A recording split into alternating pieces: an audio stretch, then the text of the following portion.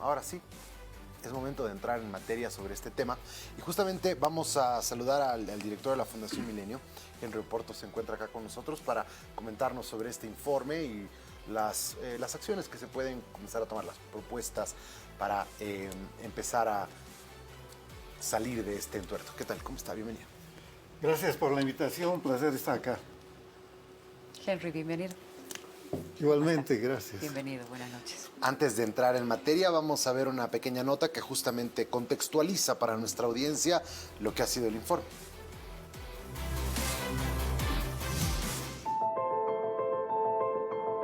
La Fundación Milenio presentó el informe sobre la economía de Bolivia 2024 en su versión número 46, mismo que realiza un diagnóstico y evaluación sobre los principales problemas que enfrenta la economía boliviana, junto a los riesgos para la estabilidad macroeconómica y la falta de soluciones, lo cual genera incertidumbres.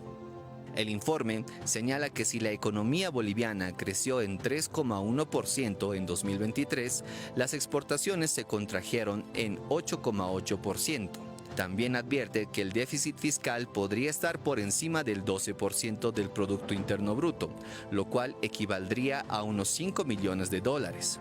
Y la deuda pública llegaría a 36.296 millones de dólares, equivalente a un 81% del Producto Interno Bruto, y donde la deuda externa representa 37% y 73% deuda interna. En el informe presentado, indicaron que sin solución política no hay solución económica, y que a pesar de que la tasa de ocupación sigue siendo alta, preocupa que el mercado laboral está lastrado por la precarización de los puestos de trabajo.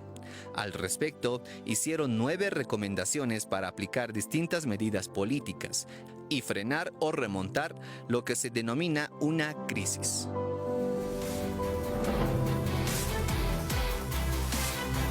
Bien, efectivamente, el informe habla de 9 puntos, entre ellos la reducción del déficit fiscal, la reducción del subsidio a los carburantes, el ajuste del empleo público, el déficit de empresas públicas, una independencia del Banco Central de Bolivia, un tipo de cambio, es decir, algo me imagino, ahorita vamos a ahondar sobre la devaluación, eliminar restricciones a las exportaciones, atraer inversiones privadas y un financiamiento del Fondo Monetario Internacional.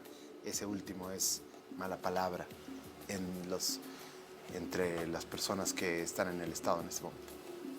Ahora, esto suena mucho al tema a las propuestas de Javier Milei en Argentina, o por lo menos parecidas. ¿Cuáles vendrían a ser las diferencias en relación a las de Milei y esto? Bueno, no sé si tienen alguna similitud, porque la realidad boliviana es muy diferente a la argentina.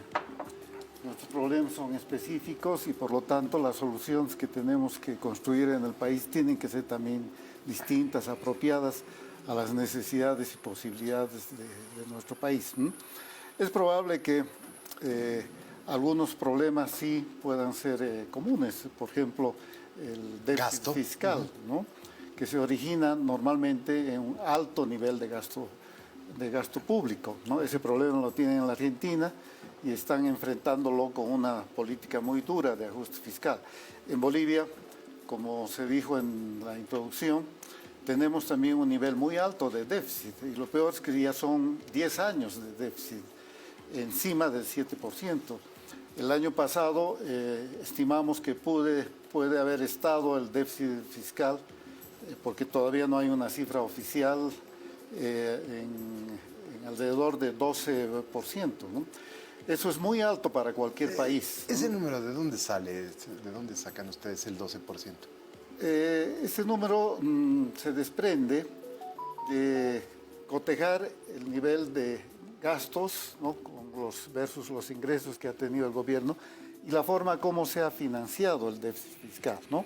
Hay 2 formas en las que se financia el déficit.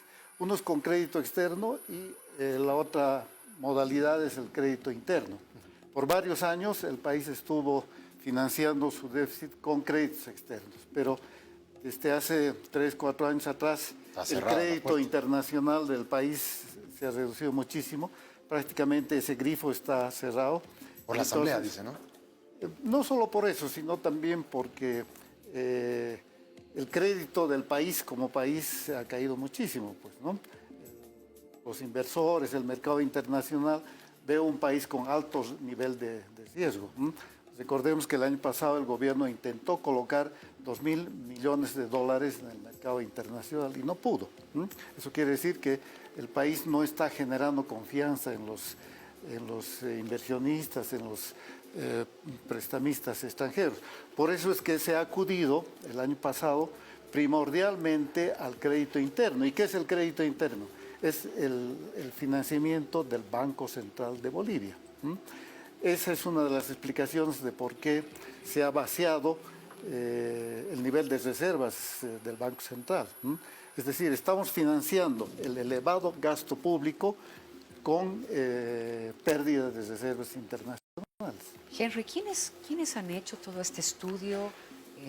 ¿Cómo se han puesto de acuerdo? ¿Cómo se ha llevado adelante toda esta presentación? ¿Durante cuánto tiempo? Cuéntenos los antecedentes. Bueno, la Fundación Milenio hace muchos años que viene realizando este informe, que es un informe anual. Está producido por un equipo de especialistas, un equipo multidisciplinario.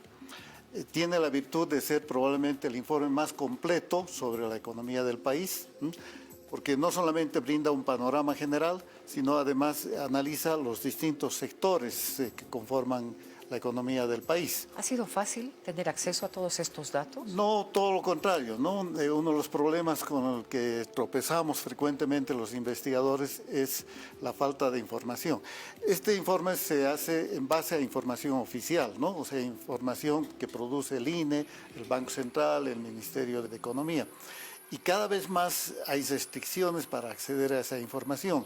Y cuando se tiene esa información, normalmente está desfasada, es decir, sale muy tardíamente. Okay. Nosotros quisiéramos publicar este informe en el primer trimestre de cada año, pero eso no es posible porque simplemente la información no está disponible. Pero lo hacemos siempre durante el primer semestre del año y este año no ha sido distinto a los demás. Creo que hemos cumplido con el propósito principal, que es brindar información confiable, verificable, pero además análisis consistentes, serios, que es lo que necesitan los empresarios, los profesionales, los medios de comunicación, en fin. Estamos en un momento muy delicado de la economía boliviana y entonces es más necesario que nunca tener un diagnóstico preciso sobre los problemas, la naturaleza de los problemas, pero además intentamos siempre poner unas propuestas, ¿no? ¿Cuál es el camino para enfrentar los problemas? ¿Por dónde deben ir las soluciones? Justamente una de las soluciones, y la última de hecho, es buscar más endeudamiento, ¿no?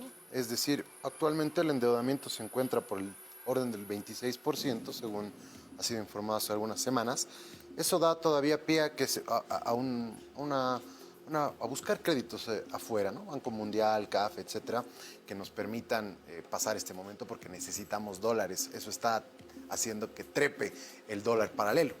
Entonces, teniendo en cuenta que igual hay todavía un índice de inflación muy bajo, relativamente bajo, vamos a decir, nos permite buscar créditos. Pero ¿por qué vamos con el FMI, que plantea obligatoriedades o por lo menos plantea la forma en la que se debe administrar el Estado? Es decir, pone objetivos hacia dónde hay que llegar en recorte de gasto público, en llenar las arcas del Banco Central con una cantidad de divisas saludable, etcétera, etcétera. Partamos de establecer el problema, ¿no? El problema es que las reservas internacionales se han desplomado. Estamos en niveles mínimos históricos y la expresión de eso es la falta de dólares en el mercado, en la actividad económica. ¿Cómo resolvemos eso? No hay una fórmula, una fuente que nos pueda proveer de divisas, de reservas en el corto plazo. Lamentablemente, las exportaciones del país se han desplomado. ¿Cuánto pero necesitamos aproximadamente? Porque están paralizados en la Asamblea casi $1.000 millones. Sí, pero aún así... ¿Eso es poco? Esa cifra es muy poca, ¿no? Nosotros estimamos que el país necesitaría por encima de $5.000 millones.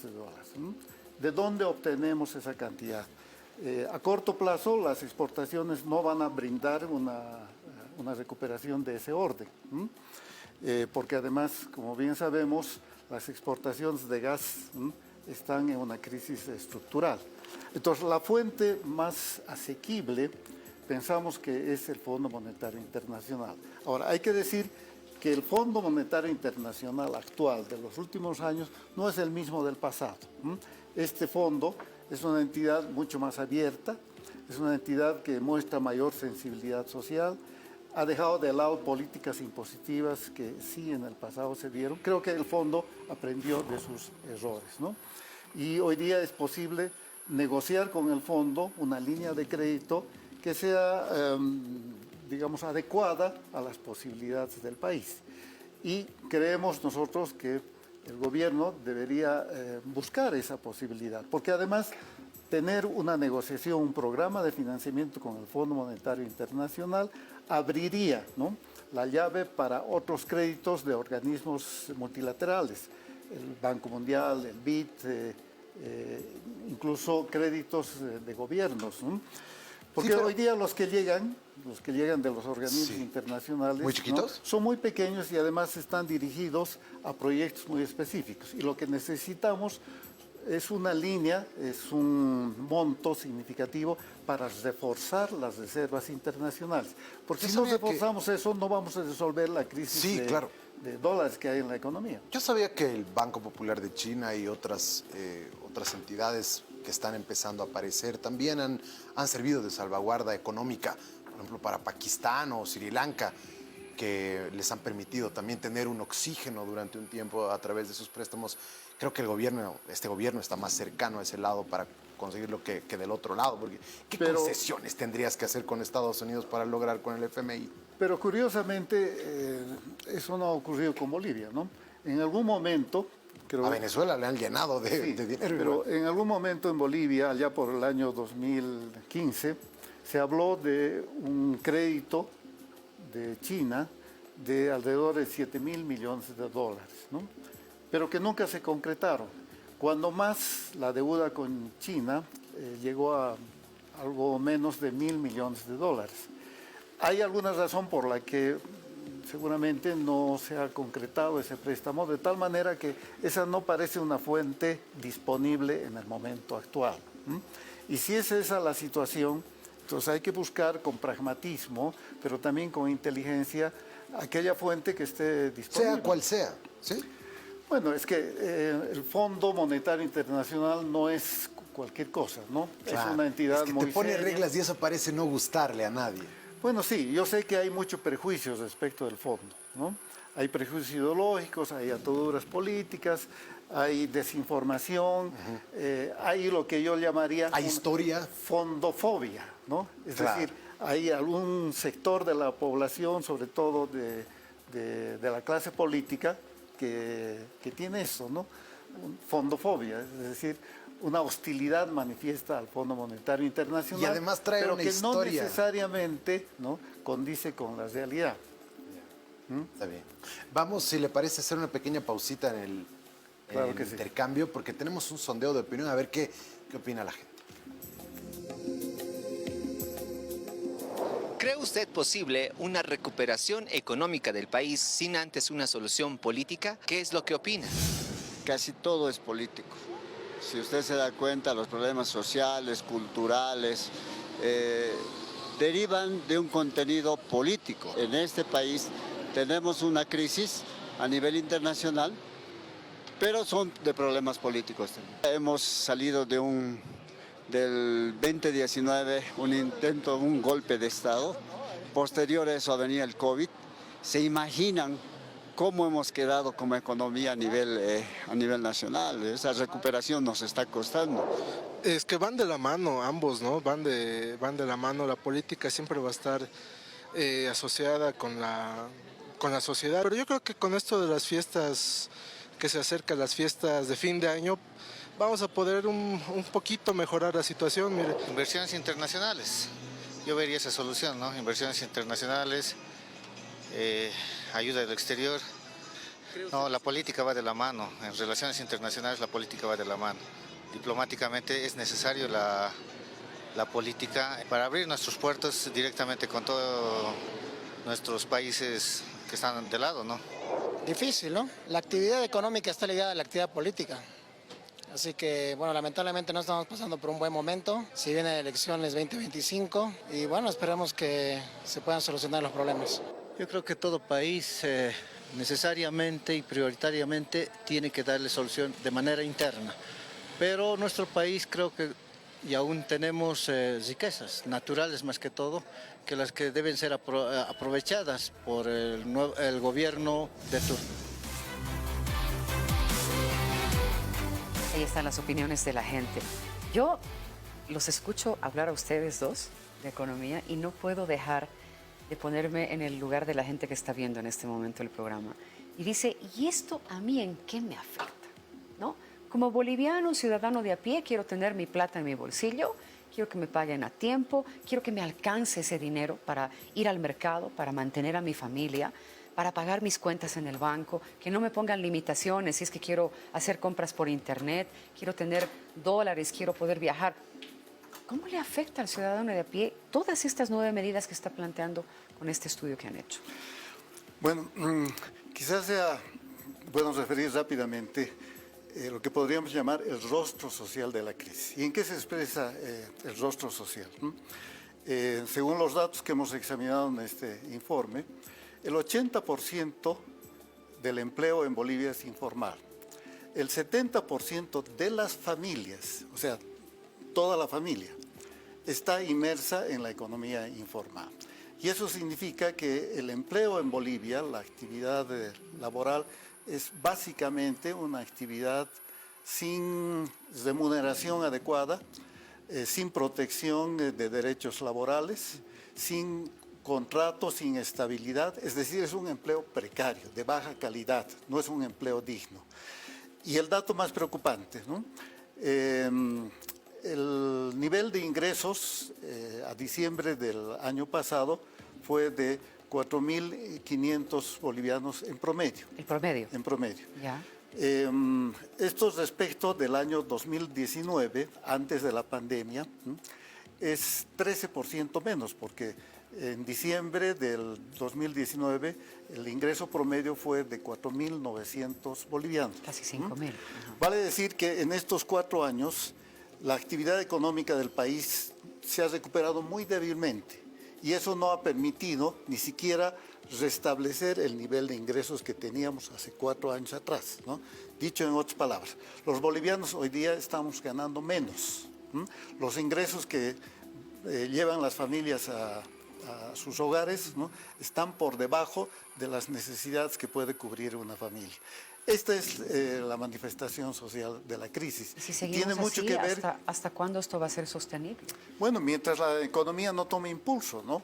Lamentablemente estamos en un tiempo de estancamiento de la actividad económica, como es muy fácil percibir en la vida cotidiana. Seguramente que la gente percibe muy claramente esto, ¿no? Ha bajado el circulante, ¿no? Es más difícil hacer negocios, los empleos de buena calidad son más escasos, por eso hablamos de precarización del empleo. Y lo que más ha crecido es el cuentapropismo, es decir, la actividad por cuenta propia. Y lamentablemente esa actividad es la que gana menos y donde sobre todo tienen un lugar muy importante las mujeres, ¿no? El fenómeno social que estamos viviendo, muy preocupante, es que como han caído los ingresos en el hogar, o sea, en este caso, sobre todo del padre de familia, para compensar esa caída, las madres, ¿no?, las mujeres están saliendo al mercado a emplearse de cualquier cosa, e incluso los jóvenes que debieran estar estudiando en el colegio o ingresando a la universidad, a las normales, en fin, no lo están haciendo o están abandonando los estudios. ¿Por qué? Porque necesitan trabajar para llevar más ingresos al hogar. Esto puede tener consecuencias de largo plazo, porque esos jóvenes que dejan de estudiar son candidatos a ser pobres en el futuro. O sea que la situación de crisis que está viviendo el país no es solamente por estas cifras macroeconómicas, sino además por lo que se percibe en ingresos, en posibilidades de compra en el mercado, hay un repunte de precios en productos básicos. Lamentablemente, la falta de dólares, la falta de combustibles, todo eso está impactando en el nivel de precios. Hay poco a poco un reflote del proceso inflacionario, que si no se controla puede seguir creciendo y eso va a devaluar el poder adquisitivo de los salarios y de los ingresos. Justamente quiero ir con esa palabra, porque hay una persona en la audiencia que nos está preguntando que tiene un DPF que él considera que sus bolivianos el día de mañana van a valer menos, ¿no? Y entonces, justamente una de las propuestas es igualar el tipo de cambio o acercarlo, o bueno, igualarlo es la propuesta al tipo de cambio del mercado negro, ¿no? En este momento está en 10.5, según manifestaban algunos. 9.80, 10, Sí, 10.5 sí, está sí. mermando ahí. Entonces, sería una devaluación de un 30 o 35% de la moneda. Eso quiere decir que el valor del boliviano va a caer drásticamente y ahí se te dispara la inflación, ¿no? Porque todos van a tratar de empatar en relación a los precios. Me imagino que va a ser un tema temporal, como en Argentina, que se trepó la inflación durante los primeros 3 meses después de la devaluación de la moneda, y de ahí empezó a caer la inflación. Pero bueno, eso quiere saber la persona de pie, porque otra cosa son los anticréticos, digamos, ¿no? Han pagado en dólares y tienen que devolver en bolivianos, van a tener que pagar más bolivianos para devolver ese anticrético. Entonces, es una hecatombe o... Bueno, de hecho ya estamos sufriendo una devaluación del peso boliviano, de la moneda boliviana, ¿no? Veamos cuál es la situación, ¿no? De un tiempo a esta parte se ha disparado el dólar en el mercado paralelo, pero no solo eso, sino que se ha fragmentado el mercado de cambio en el país. Hay un economista que ha calculado que hay en Bolivia actualmente 13 tipos de cambio, es decir, 13 precios diferentes del dólar, dependiendo de la operación o de la compra que uno pueda hacer. Uno es el precio en las fronteras, otro es el precio en la calle, en la casa de cambios, en el banco, transacciones informales, en fin. O sea, hay una cantidad enorme de distintos precios que lo que hacen es sembrar mucha incertidumbre. Y esta es una de las cosas que perjudica, que paraliza la actividad económica, porque muchos empresarios, muchos hombres que hacen negocios, muchos comerciantes, en fin, tienen la duda de animarse a cerrar una transacción porque no saben a ciencia cierta, ¿no?, cuál es el valor de la moneda o cuál va a ser el día de mañana o dentro de algún tiempo, ¿verdad? Eso genera incertidumbre. ¿Cómo se resuelve eso? Buscando la unificación del mercado cambiario. Es decir, esta brecha que se ha abierto, ¿no?, entre el precio del dólar oficial 6.96 versus estos otros precios diferentes que están ya superando el 10%, han generado una brecha cambiaria. Esa brecha cambiaria significa en la práctica que se ha devaluado la moneda boliviana, ¿no?, porque un precio de 10% implica que la moneda ha perdido valor. Aunque el precio oficial se mantenga en el mismo nivel, sin embargo, el precio real en el mercado ya se ha devaluado. Y la tendencia, lamentablemente, es que esa brecha se expanda, siga creciendo. Y si eso ocurre, ¿no?, obviamente va a impactar sobre los precios en el mercado, es decir, va a impulsar la inflación en el país, ¿no? Esto es lo que hay que tratar de frenar. Hay que buscar una forma en la que paulatinamente el valor del dólar en el mercado paralelo, ¿no?, se vaya acercando al valor oficial y en lugar de tener tantos tipos diferenciados de precios, esos 13 por ejemplo que hay actualmente, se vaya reduciendo de modo que volvamos a tener un mercado estable en el precio de la divisa, en el precio del dólar. No es una operación fácil, no es algo que se pueda lograr de la noche a la mañana, se necesita de varias medidas, por eso es que nuestra propuesta en este informe es trabajar en un plan anticrisis, que lamentablemente es algo que no vemos que tenga el gobierno nacional. Las medidas que ha estado poniendo en práctica el gobierno son medidas sueltas, en muchos casos son medidas improvisadas. ¿Proteccionistas hasta algún punto? Son parches, ¿no? No son medidas que vayan al fondo de los problemas o que encaren las reformas que el país necesita. Un ejemplo, la aprobación de la ley del oro. Se vendió como la medida que iba a permitir la recuperación de reservas, que iba a resolver la carencia de dólares. ¿Eso ha ocurrido? No ha ocurrido, ¿verdad? Ha habido un alivio muy transitorio, ¿no? Efímero, y la prueba es que hoy día siguen faltando dólares y además el dólar en el mercado paralelo está encima de 10%. O sea, la diferencia es casi cerca del 50% respecto del valor oficial. Entonces, si no se encara globalmente soluciones a la crisis económica, difícilmente vamos a poder controlar y probablemente más bien la crisis nos va a ganar. ¿Y usted cree que no hagan nada? Porque además igual es una situación complicada el momento en el que estamos. Es decir, se vienen elecciones. ¿Qué presidente en ejercicio que podría estar buscando una reelección pensaría siquiera en empeorar las cosas? Porque seamos claros, estas medidas son duras en un principio para que a futuro la cosa mejore. Entonces, está tratando probablemente de que no se sienta todavía o de tapar un poco los huecos, pero en etapa electoral, ¿quién no va a querer inyectar más bien dinero para dar una exitosa campaña política, ¿no? Hablando de la mezcla de la política y la economía? Bueno, sí, efectivamente. Nosotros tenemos que probablemente el mayor obstáculo para enfrentar con eficacia esta situación crítica es la política. Claro, ¿no? Momento electoral. Y además las peleas políticas y demás. Claro, a ver, veamos los hechos, ¿no? Tenemos un gobierno muy debilitado, que tiene muy reducida la capacidad de tomar decisiones. De hecho, hace varios meses que no se aprueba una ley en el Parlamento. Está prácticamente paralizada la actividad parlamentaria porque hay un bloqueo político, ¿no? Todo esto tiene mucho que ver con la división del partido de gobierno. En fin. Lo cierto es que tenemos un gobierno que ha perdido autoridad, que ha perdido capacidad de aplicar las medidas que oportunamente se necesitarían. Además de eso, hay una descomposición de las instituciones, ¿no? Hay un clima de conflictos cada vez mayor, ¿no? El orden se está erosionando, estamos entrando a un escenario de mucho caos donde las decisiones se toman no por racionalidad política o económica, sino por la presión de la calle, de los bloqueos, etcétera, etcétera. Todo esto configura un escenario de ingobernabilidad o al menos de crisis de gobernabilidad. Y bajo esas condiciones difícilmente va a prosperar un plan económico.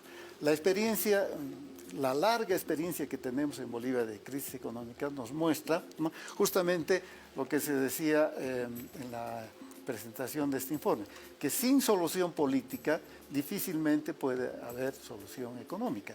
¿Qué queremos decir con eso? Que el país tiene que restablecer un clima de gobernabilidad.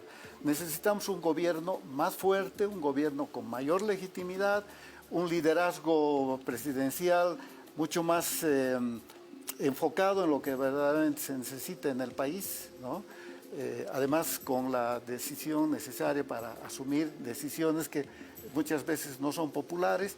El país necesita ingresar en una etapa de construcción de acuerdos, de pactos, de gobernabilidad, sin los cuales las reformas, las medidas que se pueden aplicar no van a ser sostenibles en el tiempo. Hablando de pactos y acuerdos, sería fabuloso que ustedes se puedan reunir con la gente del gobierno, ¿no? Y más instituciones y más empresas para que juntos de la mano podamos llevar el país hacia adelante. Ojalá que exista ese entendimiento político, que eso es lo que verdaderamente lo está frenando. Bueno, de hecho, el mensaje quizás más importante de este informe no es tanto el diagnóstico que hacemos, sino el llamado a construir un plan anticrisis. Un plan que sea lo más completo posible, que esté conformado no por medidas sueltas, sino por políticas. Algunas de las que hemos señalado son indispensables, ¿no? Pero ese conjunto de políticas requieren de apoyo político y social que lamentablemente hoy día no se da. Y probablemente esa sea una dificultad y nos condene a varios meses de incertidumbre, de agravamiento de los problemas. Eso sí, ahora quiero cerrar con esta preguntita porque la verdad es que yo igual la veo y esos diagnósticos que constantemente están ahora, que se hacen a través de las redes sociales y además personas muy preparadas en economía y demás, pintan un escenario muy desolador y entonces la gente empieza a amplificarlo, ¿no? Hablan de hiperinflación. ¿Usted ve posible? No sé, yo debo decir que no soy un experto en economía, pero veo muy difícil ese escenario. No, yo creo que estamos lejos de un escenario de hiperinflación. Normalmente la trayectoria de una crisis comienza con una crisis fiscal, el alto déficit fiscal que hoy día tenemos, ¿no? De ahí se pasa a una crisis cambiaria, este mercado paralelo, esta brecha que tenemos ahora entre el precio del dólar oficial respecto del dólar en el mercado informal, en el mercado paralelo, y eso muchas veces da pie a una crisis inflacionaria. Todavía no estamos en ese momento y ojalá no ingresemos a esa etapa, porque eso sí castigaría muchísimo, sobre todo a las personas de menos ingresos, a la gente pobre, sí, a la gente que mayoritariamente tiene un empleo precario, tiene un empleo informal, porque no podría defender sus ingresos frente a un proceso inflacionario. Justamente por eso es tan urgente, tan necesario tomar medidas oportunas, ¿no? Yo creo que hay posibilidades de no solamente construir un plan anticrisis, sino incluso de lograr ciertos acuerdos que cambien el escenario político. El escenario político hoy día está polarizado, es de enfrentamiento. Va a cambiar el próximo año. No, pero, a ver, pongamos el caso. Un tema que se viene debatiendo hace rato es si vamos a tener elecciones judiciales o no en el país. Ese proceso sigue paralizado, sigue entrampado en el Parlamento. Yo digo, mañana retoman las entrevistas. si finalmente, ¿no?, ese proceso pudiera despegar, si se allanan las dificultades, ¿no?, eso va a ser por un acuerdo político, naturalmente, ¿no? Yo creo que sería una gran señal para el país, ¿no?, porque mostraría que finalmente, a pesar de todas las diferencias y contradicciones que hay entre los actores políticos, finalmente se pusieron de acuerdo para llevar adelante un proceso que el país declama. Sí, sí. Una elección judicial bajaría las tensiones políticas, naturalmente, ¿no?, y favorecería la reconstitución de un poder del Estado que es fundamental para darle certidumbre, seguridad jurídica a la actividad económica, a la actividad empresarial, en fin, ¿no? O sea, por algunos meses creo que el país podría estar respirar inmerso, un poco, ¿no? Ocupado, interesado en elecciones y quizás eso mejoraría el clima político. Henry, ha sido un placer. Bueno, gracias. encantado, ¿no? Gracias, Henry. Gracias. Igualmente. Bien, así es. Hoy la política nos tiene en jaque a todos y bueno, ojalá verdaderamente puedan empezar a solventarse estas fisuras innecesarias. Solamente empeoran el panorama y no nos permiten enfocarnos en lo verdaderamente importante a futuro. Pero bien, vamos a cerrar este espacio y vamos a continuar con más luego de la pausa.